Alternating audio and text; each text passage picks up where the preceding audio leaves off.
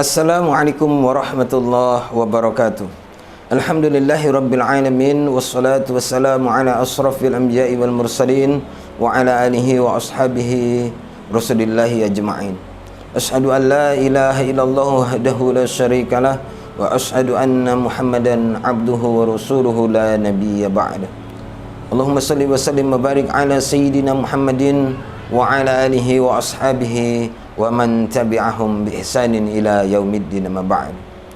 Saudaraku yang dirahmati Allah Subhanahu wa taala, akhir-akhir ini kita sering mendengar bahasa-bahasa yang sesat menyesatkan, bahasa-bahasa pengaburan, bahasa-bahasa penguburan makna Al-Quran.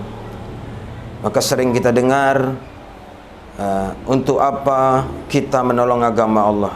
Bukankah Allah itu maha berkuasa? Maka tak mungkin kita menolong agama Allah. Allah tidak perlu ditolong karena Allah itu mudabbir, Allahu Akbar, Allah itu maha besar dan Allah itu berkuasa atas segalanya. Saudaraku yang dirahmati Allah Subhanahu wa taala, maka ini adalah pengaburan makna. Nah, kalau kita memahami secara tekstual saja, benar bahwa Allah tidak perlu ditolong. Tapi memahami Al-Quran tentu tidak bisa secara tekstual saja. Karena Al-Quran itu berbahasa Arab, maka wajib, jika kita ingin memahami Al-Quran, maka wajib hukumnya kita mampu atau kita mempunyai alat, yaitu bahasa Arab. Saudaraku yang dirahmati Allah Subhanahu wa ta'ala, mari kita kembali kepada Al-Quranul Karim di surat As-Saff ayat 14. Allah Subhanahu wa taala berfirman, a'udzu billahi minasyaitonir rajim. Bismillahirrahmanirrahim. Ya ayyuhallazina amanu kunu ansarullah. Saudaraku yang dirahmati Allah Subhanahu wa taala, kalau kita melihat redaksi dari ayat ini, Allah menyeru dan Allah mengajak, Allah memerintahkan siapa? Allah memerintahkan hamba-hambanya yang beriman. Ya ayyuhallazina amanu, wahai hamba-hambaku, wahai orang-orang yang beriman. Ketika Allah memanggil hambanya yang beriman, ya, maka di selanjutnya sambungan ayat itu terdapat perintah. Lantas kali ini perintahnya apa? Kunu ansarullah. Maka diperintahkan kepada orang-orang beriman, jadilah kalian penolong agama Allah, penolong agama Allah, penolong syariat Allah. Kalau kita lihat hari ini, dalam konteks hari ini, ayat ini sangat relevan sekali. Kenapa? Karena hari ini Al-Quran itu tidak diamalkan.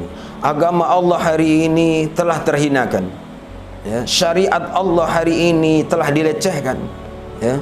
Begitu banyak perintah-perintah Allah, syariat-syariat Allah yang ada di dalam Al-Quran itu tidak diamalkan hari ini. Baik pengamalan secara individu, pengamalan secara masyarakat, dan juga negara hari ini tidak diamalkan. Kalaupun kaum muslimin mengamalkan itu hanya ibadah ritual, hanya hablum minallah, hanya kewajiban individu kepada Allah Subhanahu wa taala. Lantas bagaimana terkait dengan syariat yang lain, syariat yang banyak, terkait dengan hudud Allah, ya, terkait dengan hukum-hukum, ekonomi, politik, budaya, pendidikan, hari itu sama sekali tidak diamalkan. Dakwah, jihad, semuanya hari ini tak bisa diamalkan. Maka inilah kesempatan kita sebagai orang mukmin yang mengaku diri kita beriman. Inilah saat yang tepat, seruan kita mendatangi seruan Allah, kunu ansarullah, menjadi penolong-penolong agama Allah. Jika kita menolong agama Allah, tentulah Allah akan menolong kita. Maka aktivitas kita di dunia ini tolong menolong. Ketika kita menolong agama Allah, maka hasilnya Allah akan menolong kita.